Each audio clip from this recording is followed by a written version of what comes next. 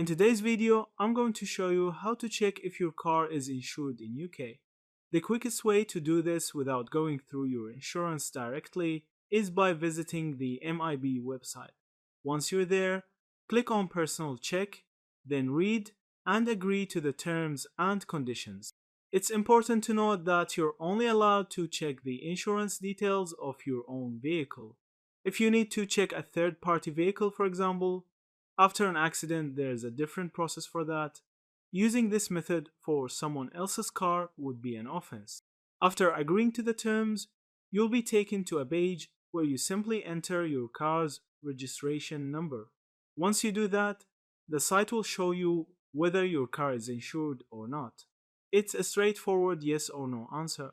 If you also want to know details like your policy's expiry date, you'll need to contact your insurer directly for that information. And that's all there is to it. Thank you for watching this video.